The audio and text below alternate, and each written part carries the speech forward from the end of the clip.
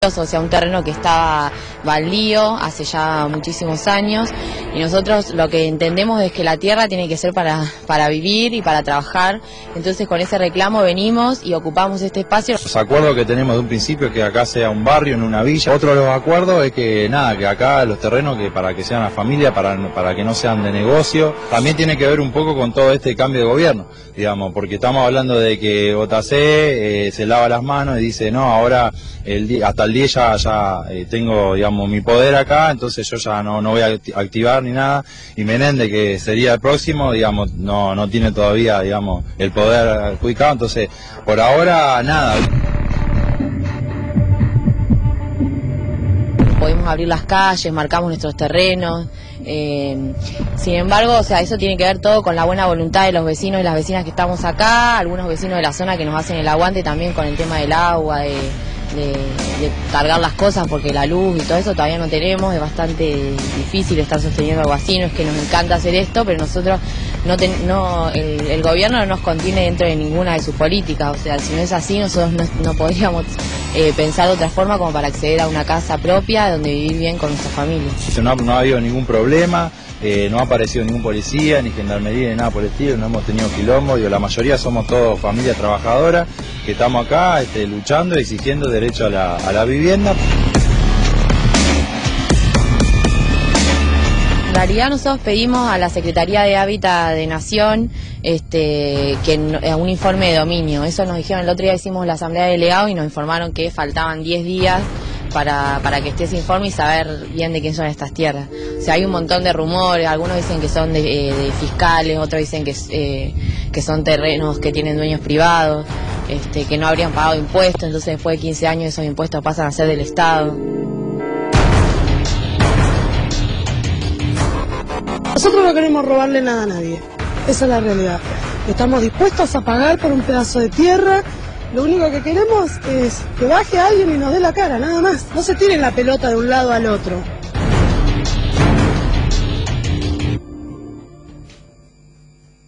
Ustedes no tienen idea de la magnitud de ese predio que estaban viendo.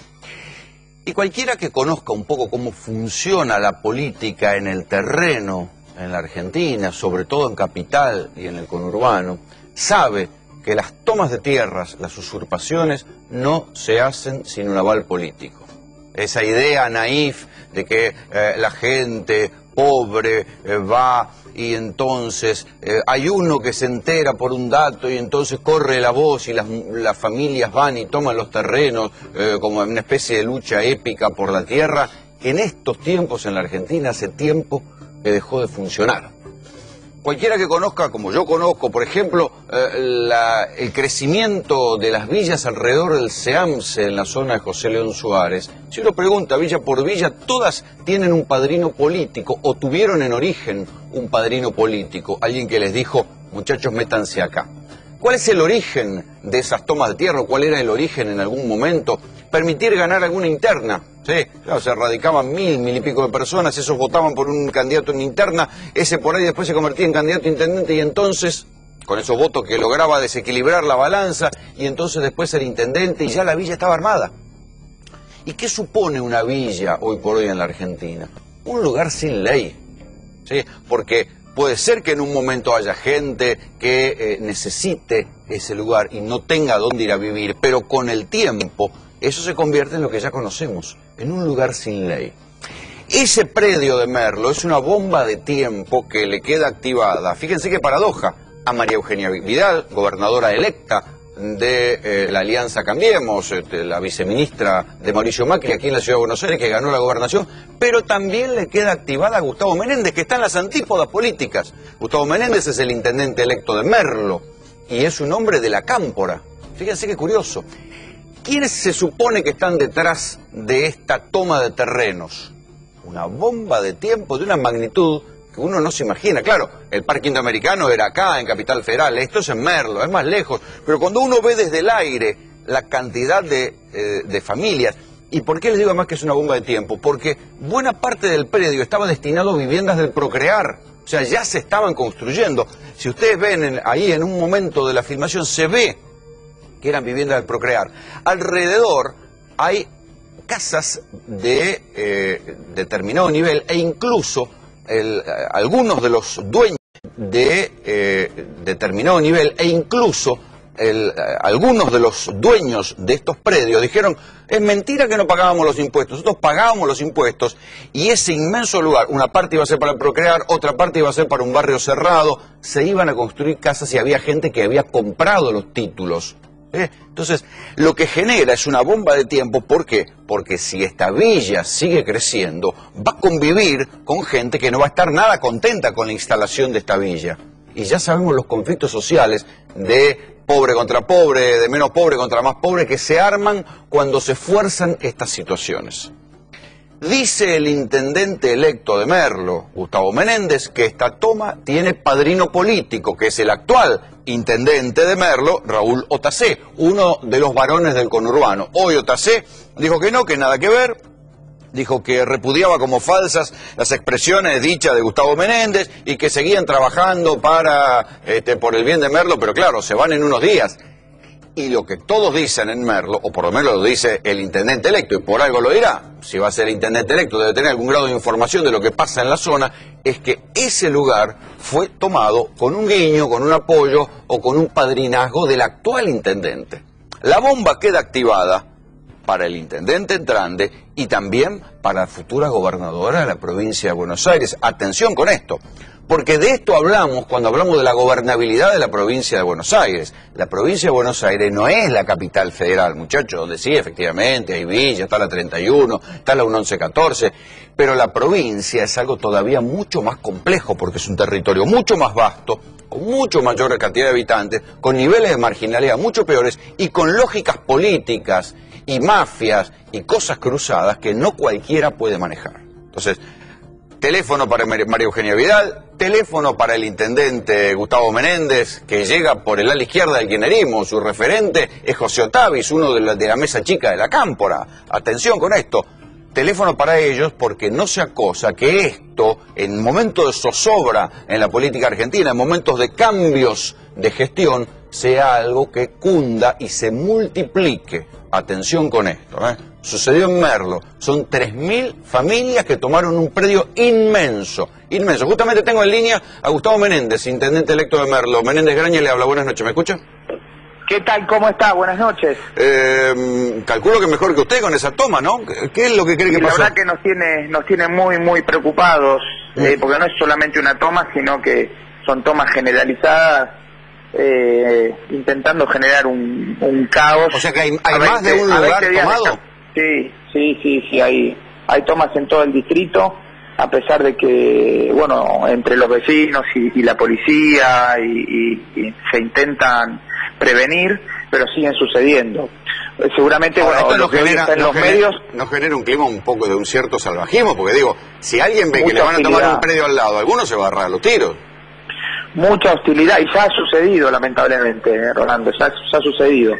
El antecedente lo tuvimos el 21 de octubre, 4 días antes de la elección general, impulsado desde el municipio, según me contaron algunos empleados municipales, para tapar un desfalco respecto a una construcción de viviendas. Había un plan federal de... Te trato de vos porque sé que sos joven. Quiero detenerte un momento ahí, Gustavo. Cuando se impulsó el municipio, ¿vos decís públicamente que el actual intendente impulsó estas tomas o está impulsando estas tomas? Y fueron sus militantes, muchos de sus punteros políticos. ¿Qué es lo que a mí me dijo una persona? Yo ya hice la denuncia penal como corresponde, porque me habían dicho que habían usado unas viviendas para destruirlas, para desguazarlas, precisamente porque esas viviendas, que hacía varios años que se estaban construyendo, el certificado de avance de obra y el pago lo hacía el municipio con fondos de nación. Bueno, aparentemente, según dijeron estos empleados municipales, que por cuestiones lógicas reservo su identidad, había una sobrecertificación millonaria de esos lugares. Está bien, pero eso debe ser en un predio determinado, y esto, por lo que vi, es un asentamiento gigante. Claro, no, pero déjame, Rolando, que te cuente bien cómo es la secuencia. Entonces, van y toman estas viviendas, la toman por la fuerza, rompiendo cosas, rompiendo casas, para cubrir el impresionante, porque si había una sobrecertificación, cuando cambia el gobierno y nosotros tuviéramos que hacer el arqueo y el inventario de todo lo que había, eso iba a saltar o sea, a la vista. Vos decís que se habían fumado la plata, va, para decirlo Exacto, mal y pronto. sí. Iba a saltar O sea, a la vista. vos decís que se habían fumado la plata, va, para decirlo Exacto, mal y pronto. sí. Eso es lo que nos dicen a nosotros. Entonces, generan esa toma, rompen las viviendas. Me contaba una persona cercana a la iglesia católica, que trabaja en una de las iglesias, me decía, mirá, era impresionante ver cómo los camiones, había camiones que se llevaban cosas de adentro de las casas. Para hacer más grande el lío, prendieron la llama de la toma de las 60 hectáreas que quedan pegadas a estas viviendas. Esas 60 hectáreas están en un barrio ¿de qué tipo? ¿Hay villas alrededor, por lo que vino parece? No, un barrio de trabajadores. Un barrio de trabajadores, obviamente, con gente humilde, que hace muchos sacrificios para comprar ladrillos, para mejorar su casa, y bueno, y le meten... Pero es gente con título de propiedad. Claro, bueno... Hay un problema en Merlo, hay una gran parte de la población de Merlo que no tiene el título definitivo, la escritura, pero es un barrio que se ha hecho de trabajadores con gente que ha comprado su vivienda, no hay villas, no hay asentamientos en los alrededores. ¿Es tan explosiva la situación como parece, Gustavo? Sí, porque si bien se utiliza la necesidad de la gente para formar este asentamiento, que imagínate, es el doble de lo que era el indoamericano, son 60 hectáreas. Sí, son 60 hectáreas. Y es impresionante ver, por ejemplo, un día como hoy, que llovió, cómo las personas sufren, están ahí con una carpita. Está bien, pero esto lo puede resolver un intendente, o le queda a la gobernadora Vidal, o le queda al próximo presidente. Hoy es la justicia que tiene la definición, porque hay intrusado un programa federal, y hay intrusado tierra que es de particulares. Se hicieron las denuncias.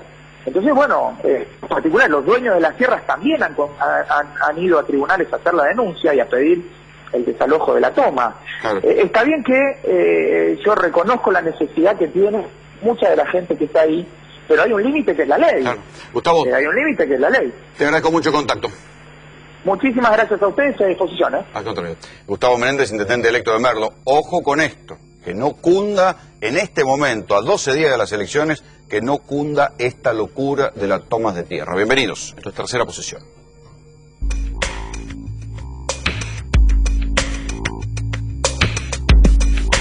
¿Le afectaría en su economía si el pasaje, tanto de tren, subte o colectivo, aumenta a 10 pesos? A cualquier persona, más a un obrero o un trabajador.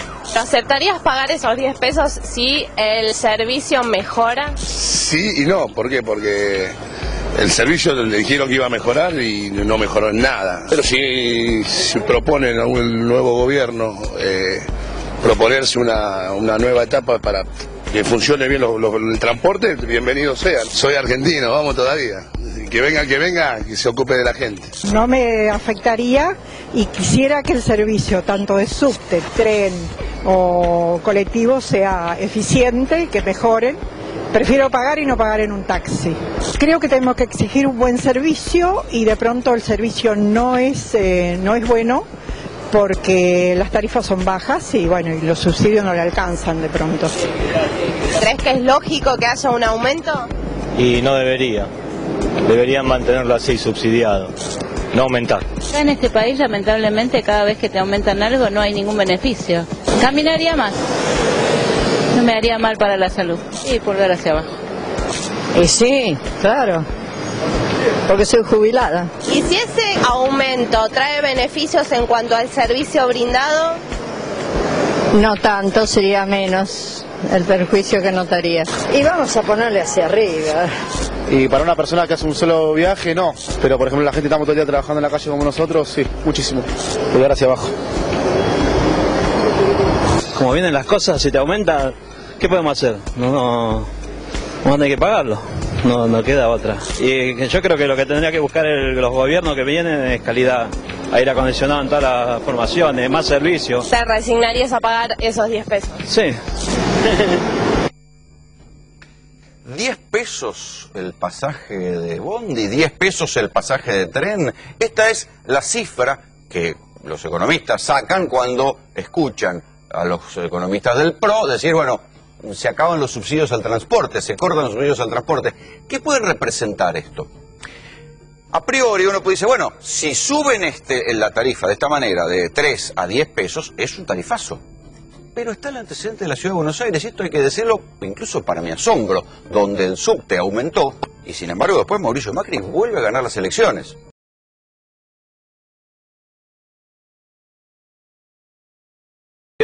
Donde el subte aumentó, y sin embargo después Mauricio Macri vuelve a ganar las elecciones. El ABL aumentó y la basura, el costo de recolección de la basura es carísimo, y sin embargo la gente de la Ciudad de Buenos Aires volvió a votar la gestión del PRO. Lo mismo pasa con las autopistas. Uno puede decir, bueno, tal vez es menos la gente que viaja en las autopistas aumentaron a un nivel descomunal, y sin embargo hubo un aval en las urnas a esa política. ¿Hay algo del modelo económico de subsidio y de tarifa de pasaje baja que está crujiendo, que por lo menos no está satisfaciendo a la población, que está harta de mal viajar, y entonces la posibilidad de que el transporte mejore si aumenta la tarifa? Damián Dipache es economista. ¿Qué es lo que están diciendo de qué va a pasar con las tarifas? Damián, buenas noches. Buenas noches, Rolando. Bueno, en principio la realidad es que están, digamos, retenidas las tarifas hace muchísimo tiempo. Hoy estaba viendo un informe del Ministerio del Interior que decía que el transporte, por ejemplo, en tren, en el año 94 estaba 0,42 centavos. Y hoy recién llegamos a los 3 pesos. Con el avance de la inflación que hubo, la verdad que termina siendo una tarifa muy baja. Vos hablabas que la tarifa de colectivo podría ir a los 10 pesos, ¿no? Y la tarifa de subte también. Que además está la cuestión de la política de los subsidios, que hay un señor, un tal Ricardo Jaime, que está complicado por las malversaciones con los subsidios, ¿no? Digamos, y ha generado una cantidad de críticas muy duras al gobierno con el dibujo de los subsidios. Entonces ha quedado como tiene mala prensa la cuestión de los subsidios. Pero esto va a provocar en la vida cotidiana un impacto. Y no estoy hablando todavía, porque también podemos discutir qué va a pasar con las tarifas de luz, de gas, el teléfono de línea que ya nadie usa, pero digo, hay algo del orden del aumento que va a venir sí o sí, me parece. Por lo menos sí, lo que están diciendo, Macri dice que lo va a aplicar, va a cortar los subsidios rápidamente, en el ciolismo están revisando la política de subsidios, algo va a pasar. Sí, yo creo que, a ver, me parece que va a tener que ser obviamente selectivo, porque si no va a impactar fuertemente en el bolsillo. ¿En la inflación también? En la inflación, el transporte, cuando vos me dices el indicador de precios, el IPC nacional, transporte se lleva un porcentaje muy alto de lo que mide el indicador. O sea que si la inflación no es mayor es porque el precio del transporte está frenado. Claro, y además vos fíjate, por ejemplo, en la Ciudad de Buenos Aires tenemos un precio del transporte de 3 pesos. Ahora, ¿cuánto es el precio del transporte en colectivo en Córdoba? 9 pesos con 37. En Córdoba no hay subsidio, claro, pero hay muchísima menos cantidad de gente. Y obviamente la inflación se mide en el área metropolitana y en la línea bonaerense, ¿no? Voy a sumar a la conversación a Mario Blecher, es economista, fue presidente del Banco Central. Buenas noches. Claro, gracias. ¿Qué se hace? ¿Cómo se sale de un entramado de subsidios así? ¿Cómo se puede salir? Bueno, el problema con los subsidios, además del costo, si son subsidios universales, que todo el mundo los recibe, tienen cierto elemento de regresividad. Quiere decir que gente que no lo necesita también lo recibe. Y que en cierta forma... ¿Pero eso es estructural o es un costadito nomás del problema? No, puede ser importante. O sea, es posible resolver parte del problema reestructurando la estructura específica de los subsidios. Es obvio de que si el precio del agua, o digamos, es muy bajo, aquellos que consumen más agua reciben más subsidios y tienden a ser personas que no necesitan, tal vez. ¿Los subsidios terminaron siendo una coartada para dar un mal servicio? No tiene mucho que ver. O sea, con esto que, bueno, todo el pasaje barato, bueno, viaja como pueda, macho, total, sale 3 mangos el bondi. No, eso se lo dice después. En realidad es al revés, porque en realidad estos subsidios tendrían que, de una manera u otra, tendrían que incentivar al que provee el servicio a mejorarlo, ¿no? Porque el que provee el servicio recibe el precio, el precio completo, por eso hay un subsidio. Usted paga la mitad, el gobierno paga la otra mitad. Entonces tendría que haber justamente mayor volumen, mayor competencia, tendría que mejorar el servicio. ¿Está desfasado el precio del pasaje respecto de la vida cotidiana? Porque yo la pregunta que me hago es vida cotidiana. Si, bueno, el tipo que paga 3 pesos el pasaje, después baja y compra un agua mineral a 5, 6, 10 mangos. Sí, totalmente. Digamos, los precios relativos respecto de lo que es la economía en general, el precio de pasaje se ha contenido y los precios relativos de otros productos ha subido en forma desproporcionada. Por ejemplo, cuando uno dice, bueno, si va a venir un tarifazo, sí, ¿este tarifazo va a ser realmente tan temible en la vida cotidiana o...? No, a ver, vos si tomás como ejemplo una persona que vive en el conurbano bonaerense, se tiene que tomar un tren y un colectivo, tomando 20 días hábiles, hoy tiene un gasto de 270 pesos. Suponete que se liberan todos los transportes, no hay más subsidio y se liberan las tarifas. Bueno, ese mismo importe que hoy una persona en transporte, no hay más subsidio y se liberan las tarifas. Bueno, ese mismo importe que hoy una persona paga 270 pesos iría a 1.570 pesos. Claro, en un sueldo de 5.500, 6.000 mangos, ahí sí se siente. Ahora, no existe tampoco ningún país del mundo que no subsidie el transporte, por lo cual yo creo que tampoco se liberaría en forma total. Un punto intermedio. Me parece que va a tener que encontrar un punto intermedio, más selectivo y gradualmente para que no impacte tanto en el bolsillo. Vamos a ver qué dice un poco más la gente en la calle, porque también está la cuestión de la calidad. Está ilusión o realidad, pero también está planteada la cuestión de decir, bueno, está bien, yo pagaría un poco más, pero si viajo mejor. ¿Afectaría en su economía si el pasaje, tanto tren, subte o colectivo, aumenta 10 pesos? Sí, bastante. Soy jubilada, hija, así que aceptaría porque no nos queda otra, pero me costaría igual, no sé, sí. ¿Aceptarías pagarlo si eso conlleva un mejor beneficio en cuanto al servicio que te brinde? Si mejoran los servicios, si ponen, no sé, más coches para que tampoco no sea un cúmulo de gente y viajar mejor, sí lo pagaría, pulgar hacia arriba. Obviamente que nos afecta. Bueno, se iría más del doble, ¿no? Está a 3,20, así que se iría 2 veces más, por lo menos. Una mejora de servicio tendría que haber, por lo menos. ¿Por el aumento no? Por la mejora sí. El pasaje ya de 3 pesos a 10 pesos cambia mucho, es mucha diferencia. Y yo le doy un pulgar para abajo. Me afecta. Sí, por la situación económica sí, los sueldos no aumentan y estamos igual. Sería muy caro. Si mejoraría el servicio, sí. Ahí sí estaríamos de acuerdo. Pulgada hacia arriba. No es mi caso, pero porque te cuento, soy discapacitada. Influye en el sueldo, más vale, se te va un montón. Vamos a poner pulgar hacia abajo. ¿Afectaría en tu economía si el subte, tren o colectivo aumenta 10 pesos? Realmente afectaría bastante mi economía.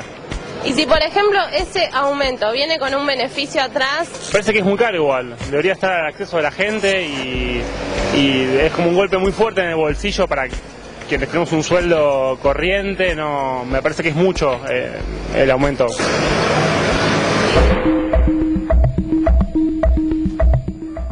Claro, esa es la cuestión. En sueldos promedio que están en los 6.000 pesos, 6.000 y pico de pesos, un aumento como este, pasar de 270 pesos a más de 1.000 en el presupuesto mensual de viaje, es un impacto fuerte. Pero en sueldos que están un poco más, pero gente que todavía sigue viajando, ahí puede ser que el impacto sea menos y ahí está la exigencia de mejor calidad a la hora de viajar. Esto se nota también, por ejemplo, en Brasil, donde ha habido manifestaciones de mucha bronca por la manera y la cantidad de tiempo que se pierde viajando para llegar y volver del laburo. Si pueden y quieren, nos pueden escribir a nuestro Twitter, @3P_A24. Voy a aprovechar para preguntarle a Mario Blecher, ¿se equivocó el gobierno al seguir manteniendo una política de subsidios tan casi fundamentalista? Yo creo que hay que distinguir distintos tipos de subsidios. Lo que estamos viendo es el transporte. El transporte tiene cierto aspecto diferente, ¿no es cierto? Porque lo utiliza realmente gente que necesita el subsidio. Acabo de ver lo que mostró acá, no sé cómo hizo la selección, pero... ahí lo que pudimos, parados en una parada de bondi. Pero lo que mostró acá es que casi por unanimidad hay una demanda por esos subsidios. O sea, no se puede decir que se equivocó, respondió a la demanda social que había en ese momento, evidente.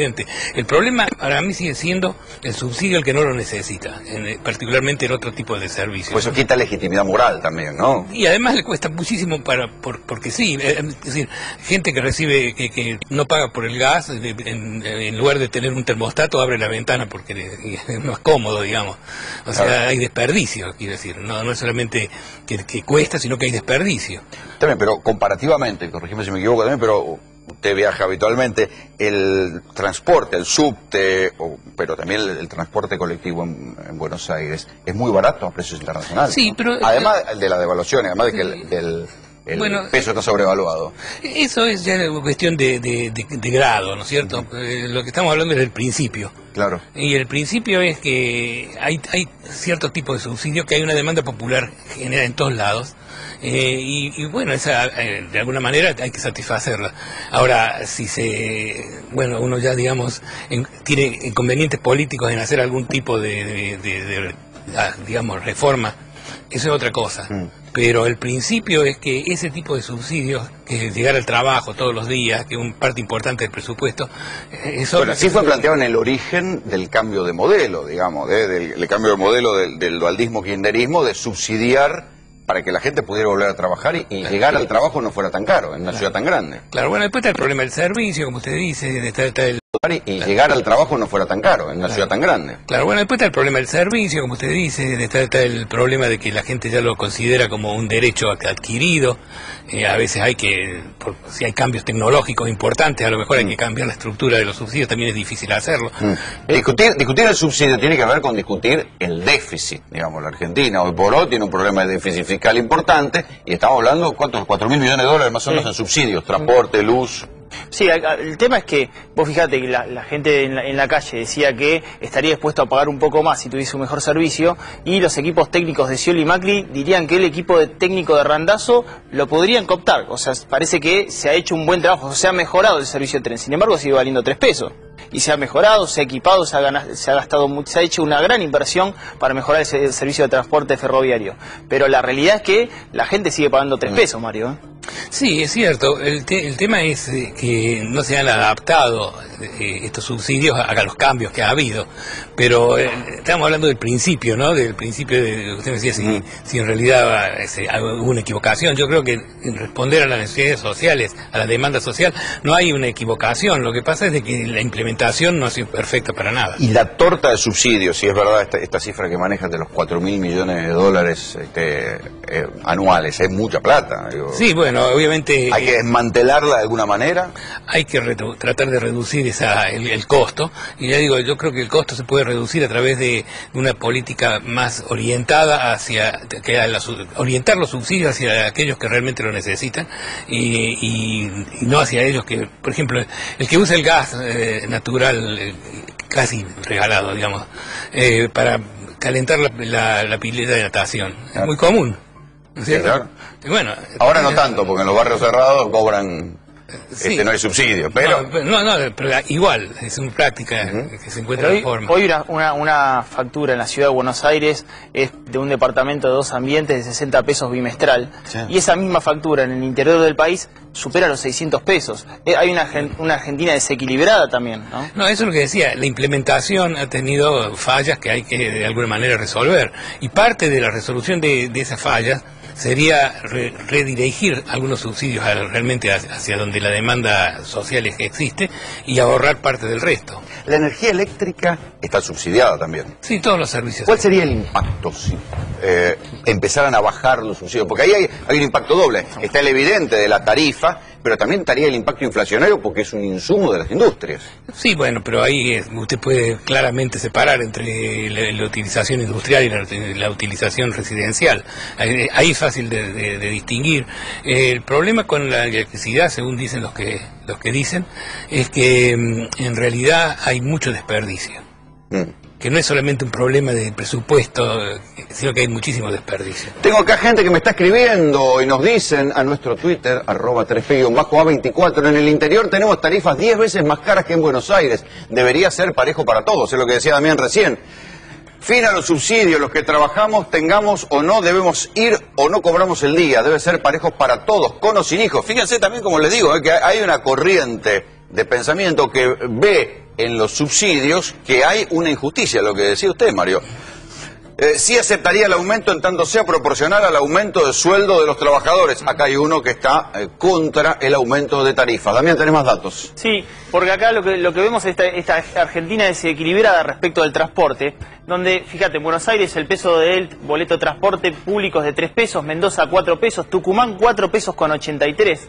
Misiones 5 pesos con 60, Santa Fe 6 pesos con 30. Uno puede decir que en esas ciudades difícilmente te tome 2 bondi para ir a laburar, o 2 o 3. Si vivís en González Catán, posiblemente tenga que tomarte 2 bondis y un tren. Digo, ahí se te acumula el costo de transporte. En una ciudad media se supone que con un solo pasaje estás hecho. Sí, en realidad Córdoba está en 9 pesos con 15, muy cercano de lo que debería ser el precio real. Que el boleto... Y en Córdoba, atención, porque vuelta a vuelta hay brutos problemas con el transporte, porque nunca terminaron de resolver la cuestión del transporte. Cada intendente va teniendo un quilombo diferente con el transporte. Si se liberaran las tarifas, hoy Rolando, debería ser 10,05 para las líneas que viajan por la ciudad de Buenos Aires, 11,14 para las líneas que llegan al conurbano, y de Buenos Aires a La Plata o Pilar, 30 pesos con 68, y están pagando 10 pesos los pasajeros.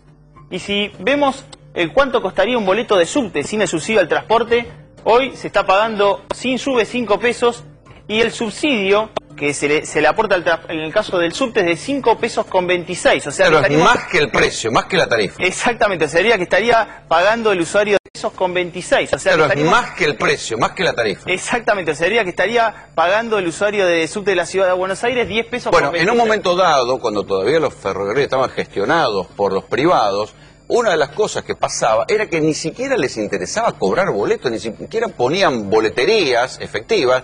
Total, la plata la recibían por el subsidio. Fíjense a lo loco que había llegado el sistema. Bueno, en el caso de los trenes todavía sigue siendo muy, pero muy mala la recaudación, porque hay mucha gente que no lo paga. No pasa tanto así en el subte donde están los molinetes, pero en el caso del tren hay muchísima gente que no paga, Y fíjate que una tarifa, acá tenemos el cuadro de la línea Sarmiento, que fue, digamos, el caso insigne de problema con la tragedia de Once. El boleto con sube es de 2 pesos, boleto ida y vuelta 4 pesos. Primera sección y segunda sección. Mira, Damián, gente que nos escribe desde Jujuy, por ejemplo. Dice, en Jujuy, pasaje 5,25. Si sacan subsidio al transporte, la gente debería ganar más. Y dice otra. Manu, dice, en Tandil el bondi sale 7,21 y ustedes se quejan porque sale 3. No, diga, no nos quejamos, muchachos. Nosotros estamos contando el debate de los subsidios. Acá nadie se queja. Digo, el problema es que la discusión del déficit fiscal lleva a la discusión de los subsidios, y cuando uno lo baja a tierra, esto quiere decir que se está discutiendo aumentar el precio del transporte. Lo que nos preguntamos es, ¿cuánta gente está dispuesta a aceptarlo?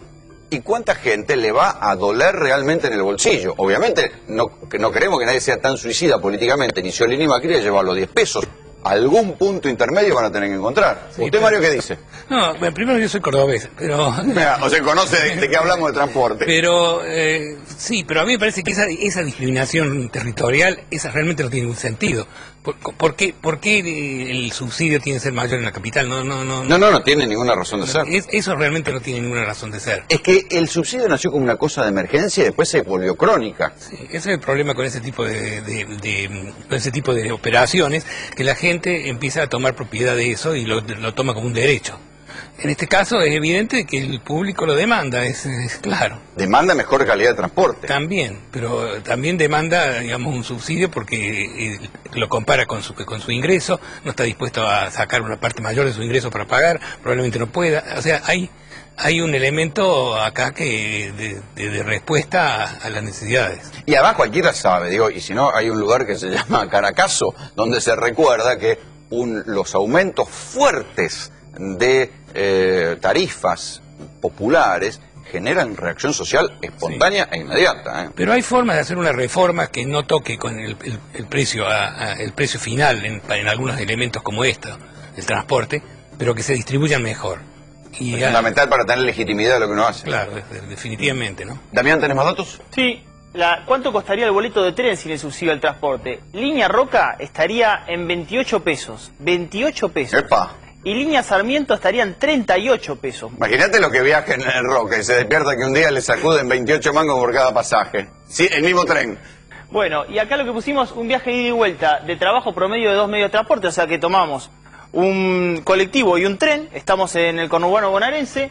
Hoy con subsidio, tren y colectivo, ida y vuelta, el presupuesto mensual es de 260 pesos. Hoy, si se le liberarían sin subsidio, tren y colectivo, ida y vuelta, tomando 20 días hábiles, el presupuesto mensual sería de 1.520 pesos. ¿Por qué estamos discutiendo esto? Porque es una discusión de la campaña electoral. Digamos, la frase famosa de Mauricio Macri diciendo, bueno, nosotros vamos a cortar los subsidios, se traduce en esto, ¿sí?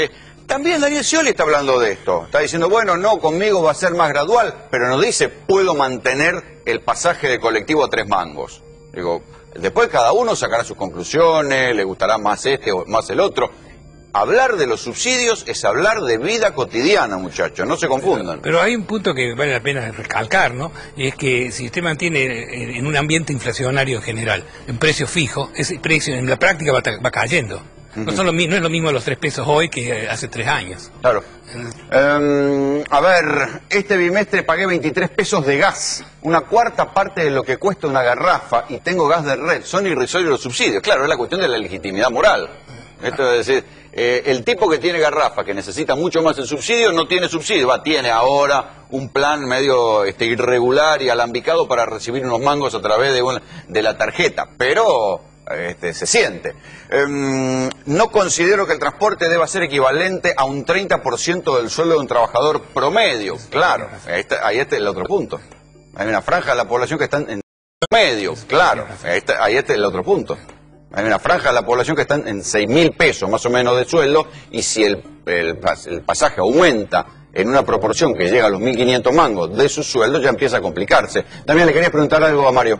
Sí, no, fundamentalmente es saber si en el caso de soltarse, digamos, este tipo de cortes, este tipo de subsidio, además de impactar el bolsillo del consumidor, si se tiene medido cuánto impacta respecto de el costo sobre el sector empresario, porque también si se liberan tarifas también impacta sobre el sector empresariado. Bueno, definitivamente todo depende realmente cuál es la reacción laboral a eso, porque si también un corte muy profundo en los subsidios va a conllevar una demanda salarial bastante importante, obviamente. El público no va a aceptar que el 30% de su ingreso vaya al transporte, entonces va a haber una demanda salarial y eso, por supuesto, va a afectar los costos de producción. Había un trabajo de Fiel, que no puede decirse que es para la gente, ellos saben de qué estoy hablando, de Fiel, es la consultora de donde salió Ricardo López Murphy, una consultora económica ortodoxa que decía que haciendo un ejercicio teórico sobre qué representaría el recorte de los subsidios a la energía eléctrica, por multiplicación representaría un 11% de inflación inmediata, porque recorta, o sea, aumenta la tarifa de luz en lo inmediato en las casas, pero también si se cortan los subsidios a la energía eléctrica que repercute en la fabricación, eso también va a precios, con lo cual subirían precios por 2 lados. O sea, estamos hablando, insisto, es un trabajo de la consultora Fiel, no es un trabajo del oficialismo, o sea, es la ortodoxia económica la que está pensando en reducir los subsidios para reducir el déficit fiscal. Ahora teníamos unos tuits más por acá. Todo el país les paga el boleto a los de Buenos Aires. Eso no es justicia social, o para todo o para ninguno, es lo que decíamos antes. Sí, es lo que yo le decía. Acá en Mar del Plata cuesta 4,80 y el servicio es pésimo. Otra vez lo mismo, ¿no? Hay un punto donde alguna gente dice, bueno, ¿por qué el servicio tiene que ser tan malo? ¿Sí?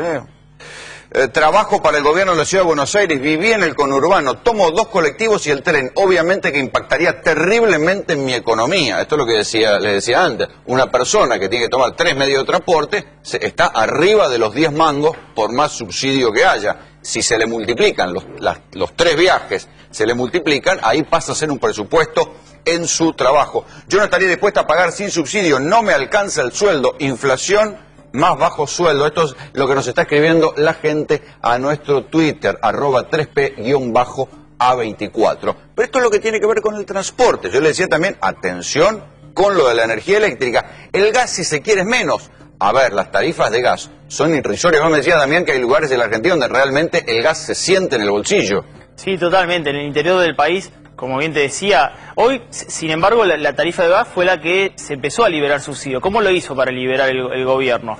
Lo que generó es que si hay un excedente de uso del 30% respecto del bimestre del año anterior, se corta ese subsidio nacional. Por lo cual, tenés casos en donde le ha venido 80 pesos de bimestral de gas, y otros casos que al superar ese excedente le ha venido una factura de... Claro, bueno, hay gente que ha pasado de los 80 pesos a los 600 pesos. Exactamente. No entienden qué pasó en su vida. Eso no ha pasado en el caso de la tarifa de energía eléctrica, que derivó el año pasado en la Ciudad de Buenos Aires en infinidad de cortes, que obviamente ahí sí los usuarios dicen, la verdad que yo preferiría pagar una tarifa acorde a un servicio mejor, porque no quiero que me corte más la luz. Aprovecho que lo tengo a Blecher acá y no puedo dejar de preguntarle por la discusión sobre si devaluar o no, o cómo salir del cepo, cómo levantar el cepo. ¿Qué me dice, jefe?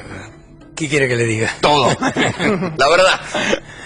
Mire, yo creo que la posición que presentó el equipo de Macri sobre cómo hacer esto no es muy consistente. Es decir, no es muy consistente decir de que vamos a levantar el cepo el primer día de gobierno, si ganamos, y que, ¿qué quiere decir? Vamos a eliminar las restricciones a la demanda de dólares, a la demanda de ofertas. El mercado va a funcionar sin restricciones. Y al mismo tiempo decir que el Banco Central se ha quedado sin reservas. Entonces, si el Banco Central no tiene reservas para de alguna manera administrar esto... Tampoco puede aguantar una corrida contra el peso. Va a tener una corrida tremenda y la tasa de cambio... A ver, una digresión, ¿por qué estuviste ahí? ¿Cómo es una corrida contra el peso? ¿Se siente? ¿Es verdad que se ve en el Banco Central? ¿Eso pero se siente? obviamente, porque que las reservas van cayendo. Y si usted o sea, que es real, eso se ve en el... Claro, se ve con la computadora, obviamente, lo ve que es lo que está pasando, pero, y si no, el Banco Central no interviene, obviamente, lo ve que es lo que está pasando, pero, y si no, el Banco Central no interviene, se ve en la calle, en las colas, en el precio que va subiendo. Eso está bien, pero hagamos un escenario, supongamos que hay una devaluación, Macri, digamos, en la práctica, al decir levanto el cepo y deja de haber varios dólares, quiere decir que va a haber una devaluación. Ponele, a 13, a 14 pesos. ¿Cuál sería el comportamiento? Algunos van a ir a decir, bueno, dejo de comprar dólares, total el dólar se estabilizó. Algunos van a ir a cambiar los dólares. Las empresas que tienen utilidad que no pudieron sacar van a ir a buscar esos dólares. ¿Qué va a pasar? Si usted saca ¿Es tan mágico como parece? Si usted dice, desde mañana no hay limitaciones a la compra de dólares, puede ir a cualquier casa de cambio y comprar, y decide que el Banco Central no tiene absolutamente ninguna reserva como para intervenir, que es lo que ellos dicen, que yo creo que no es cierto, ¿te parece? Claro. Pero si es así, o si el Banco Central no interviene, ¿qué es lo que va a pasar? La gente va a ir a comprar dólares, no va a haber suficientes dólares, el precio del dólar va a subir, eso es una devaluación. Pero va a subir a niveles, si es como ellos dicen, que no hay reservas, no se puede intervenir, no se puede administrar, va a subir a niveles exorbitantes, ¿no es cierto? No tiene, sin límites. O sea que no es, y como eso no lo van a dejar pasar de esa manera. Entonces, ¿por qué lo prometen? Si no pueden sostener. No, eso no me pregunte a mí, yo le estoy haciendo un análisis. Yo creo que eso no es consistente, no es una proposición consistente. Al mismo tiempo, si uno los presiona, le va a decir, bueno, pero de alguna manera vamos a conseguir los dólares para poder... De alguna manera me inquieta, Bueno, nosotros tenemos un plan sobre eso, es decir, obviamente, nosotros creemos que se va a poder conseguir de transición financiamiento externo. Yo estoy convencido, no me cabe ninguna duda de que hay mucho dinero en el extranjero que va a venir, que va a entrar en Argentina una vez que haya una transición ordenada, en cualquier dirección. Muchas gracias por venir. Gracias.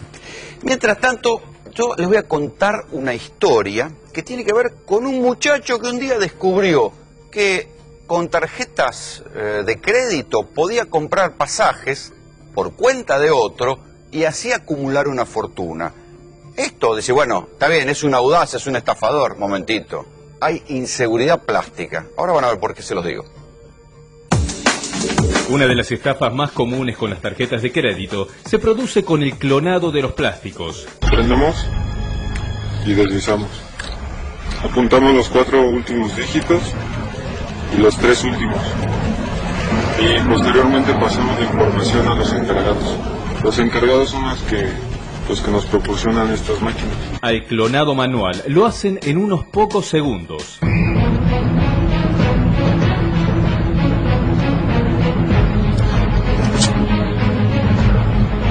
Otra modalidad es el robo de números de tarjetas con virus informáticos. El problema es un virus que se aloja en los artefactos por donde se pasa el plástico de crédito.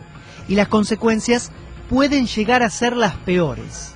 Con esto obtienen un clon exacto de la tarjeta. Ahora se descubrió que hay delincuentes con acceso a bases de datos que les permiten robar dinero de cualquier tarjeta de crédito. En los últimos días se capturó a un estafador que con esta maniobra se hizo millonario. Se trata de Facundo el Sapo Ciarlo. El fiscal de Puerto Madryn, Daniel Báez, lo atrapó tras varios meses de investigación. Tenemos datos que nos permiten presumir con bastante certeza de que tiene acceso a la fuente de datos.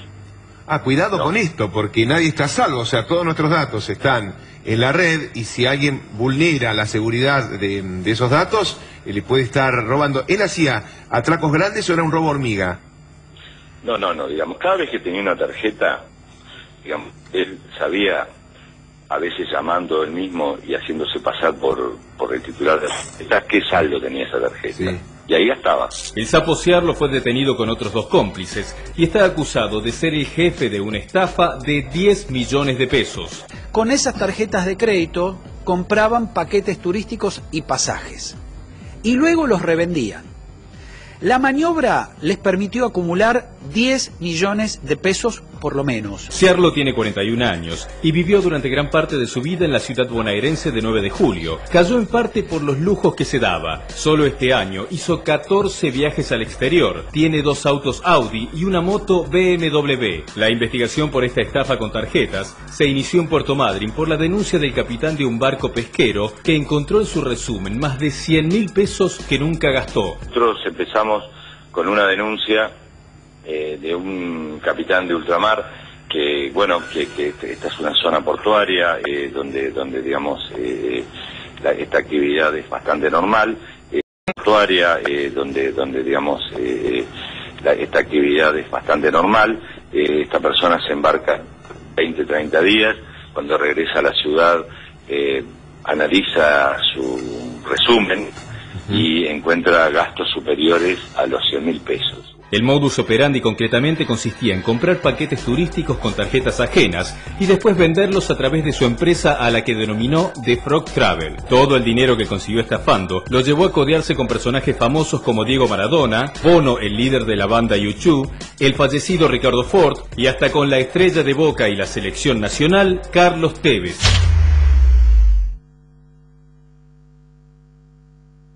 Si no hubiera sido por la tarjeta del capitán, de Puerto Madryn, por eso la causa está radicada en Chubut, aunque el muchacho, el sapo, tenía la agencia llamada The Frog Travel, Frog, sapo en inglés, bien. Era de 9 de julio acá, de la provincia de Buenos Aires, tal vez no hubiera caído o tal vez hubiera podido acumular más plata. ¿Por qué? Un capitán de ultramar estaba en el medio del mar y le usaban la tarjeta de crédito. Y acá es la cuestión en la que hay que detenerse. Si a uno le roban la tarjeta, esto es de manual, uno rápidamente va corriendo un teléfono o del propio celular y dice, me robaron la tarjeta, da los números, da el nombre, da el DNI y la tarjeta queda inactiva y ya no se pueden hacer compras. Estas eran tarjetas activas, entonces ahí uno puede empezar a ponerse paranoico. ¿Por qué? Porque ya no hace falta tener el plástico para poder comprar. Cualquiera de nosotros, con los números, los 16 números de la tarjeta, más el código de seguridad que está del otro lado, puede comprar por internet. Y entonces ahí empieza la paranoia de la inseguridad plástica. Y si no, se lo voy a preguntar a los invitados, a Maximiliano Bendinelli, que es ingeniero informático, de Silvana Alonso, que es abogada especialista en Derecho del Consumidor. También la gente por Twitter nos puede escribir a nuestro Twitter, @3p_A24, a ver si les pasó algo de esto. Si ustedes, teniendo la tarjeta en regla, alguien les compró algo por internet. Maximiliano, ¿qué se puede hacer? Mira, además de joderse, digo. No, bueno, tenés que tener todas las precauciones, ¿no? A ver, una de las cosas que hoy te ofrecen las tarjetas de crédito es que a partir de cada compra que vos haces te manda un mail o te manda un mensaje y tenés un control. No te olvides que hoy por internet es muy fácil que te puedan robar datos si no tenés las medidas de seguridad. Por internet no, cuando vos das la tarjeta en el restaurante sacan foto de un lado, foto del otro y... O te copian a mano los números. O sea, yo te hablo desde mi arte, ¿no? Pero sí, en cualquier ámbito es muy fácil hoy copiar una tarjeta de crédito. No tan fácil aquellas que tienen el chip, pero no está tan masificado. Pero por internet, ¿no? ¿Qué cambia el chip? Bueno, en internet no, la verdad que nada, porque la gente no tiene como para poner, claro, ¿no? Porque así era el truco del sapo, ¿no? Digamos, el tipo usaba tarjetas activas para comprar pasajes. Entonces ustedes dirán, ¿por qué no se armaba quilombo? Bueno, porque cuando el denunciante decía, yo no compré este pasaje, le devolvían la plata. Claro. Claro, bueno, entonces quedaba, el que pagaba era la tarjeta. De alguna manera, uno lo primero que hace es desconocer esa clase de gastos, ¿no? Como a uno, cuando le roban los datos por internet, que es lo más común que esto pase por medio de algún tipo de phishing, donde el usuario sin darse cuenta ingresa todos los datos de la tarjeta y se los está regalando un estafador. Bueno, esto se denomina carding y empiezan a utilizarle mejor dicho, empiezan a utilizar el crédito de la tarjeta para diferentes gastos en internet. Este es un tipo nuevo de estafa al cual vamos a tener que habituarnos, las estafas por internet con la tarjeta de crédito que no te robaron. Sí, bueno, lo que hay que tener en cuenta es que son estafas que ya venían, quizás de otros modos, porque lo que decía Rolando de te sacan en el restaurante la tarjeta de crédito. Siempre la precaución es lo primero que te puede ayudar como consumidor, porque cuando en la situación que se llevan tu tarjeta de crédito ya perdés la visualización de la tarjeta, ahí pueden pasar diferentes cosas, como que se utilice, como que le puedan sacar fotos. Bueno, no muy lejos de acá, en Chile te traen el postnet a la mesa. Es que debería ser así, porque es algo que son datos sensibles de una persona, porque bueno, atención a los legisladores que pueden promover una ley para que haya que el consumidor nunca pierda de vista la tarjeta de crédito, a la nueva generación de legisladores que asume ahora, ¿no? Sí, por eso yo apelo al consumidor, que el consumidor exija el que no se lleven esa tarjeta. Algo que pasa muy frecuentemente también es cuando vos haces una compra y se va a anular. Cuando te dan la anulación, lo que uno tiene que tener en cuenta es que te tienen que dar el ticket de anulación. Claro. Porque muchas veces ocurre que se dan, sí, no te preocupes, porque viste que hay todavía lugares donde te pasan ese postnet anterior, que viene con el papelito. Bueno, ese tipo de situaciones hay que tratar de evitarlas y comprar en lugares donde... Ese tipo de situaciones hay que tratar de evitarlas y comprar en lugares donde la tecnología haga que sea en el mismo momento que te hagan la anulación. ¿No hay corresponsabilidad del sitio de ventas? Por ejemplo, ¿es seguro comprar, no sé, ponele, el más común en Mercado Libre? ¿O ahí ya entras en una zona donde...? A ver, si vos vas y compras en Mercado Libre, por nombrar uno, y estás pagando en Mercado Libre y no fuiste... víctima de una estafa, un phishing o algo. Alguien está pagando con tu tarjeta en Mercado Libre, está comprando algo porque tiene tus datos. No, bueno, eso es más complicado. Perdiste. No, perdiste. Aparte, después si llega a entregar el producto antes que vos te des cuenta, no, ahí medio perdiste y hay que ver después si se desconoce la deuda, discúlpame, el cobro, quién es el que termina siendo responsable de esa etapa. Ahí se levantó la mano. Acá está escribiendo la gente. A ver, muchachos, a mis viejos les pasó, compraron viajes al exterior, un montón de artículos y también entrada para un show, la verdad, sorprendente. ¿Y qué hacen? Es que es así. Lo primero que hay que hacer es hacer el desconocimiento del cargo de la tarjeta de crédito. Algo muy importante es que a veces uno cuando hace compras, la tarjeta te dice, no, espera que empiecen a llegar las cuotas y después haces el reclamo. Hay que reclamar rápido. Hay que reclamar. Buen consejo, Tenés 30 días, pero siempre cuanto antes mejor. A ver, otro. Una vez me estafaron realizando una compra por internet superando los 20.000 pesos y nadie se hizo responsable por eso. ¿Y entonces? Bueno, hay que hacer las denuncias correspondientes, porque uno,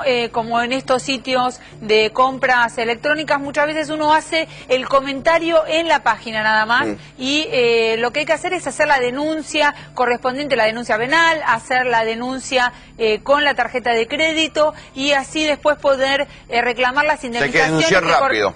Hay que denunciar rápido y hay que reclamar después las indemnizaciones que correspondan. También.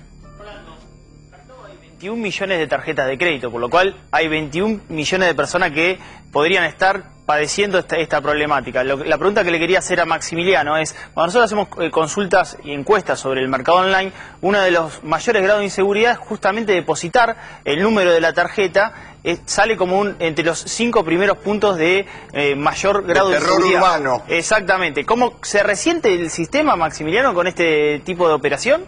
A ver, el riesgo siempre está. El problema es dónde vos vas a poner tu número. Deberías vos ponerlo en un lugar en el que vos confíes. Para eso, si vas a utilizar un pago por internet, deberías fijarte que tenga un certificado emitido al sitio al cual vos estás pagando, por el cual vos estás realizando un pago. Eso lo podrías ver eventualmente al lado de la URL en la cual vos tipeaste que hay un candado y un certificado el cual te dice que esa comunicación aparte de estar siendo encriptada para que nadie que esté en el flujo de datos pueda robar esa información, está diciendo que esa persona es quien dice ser, que lo está diciendo una entidad certificante, ¿no? Apasionante el tema, muchachos. Presten atención al candado, eso sí, yo le doy bola. Muchísimas gracias por venir a los tres. Así nos vamos, esto fue Tercera Posición. Buenas noches.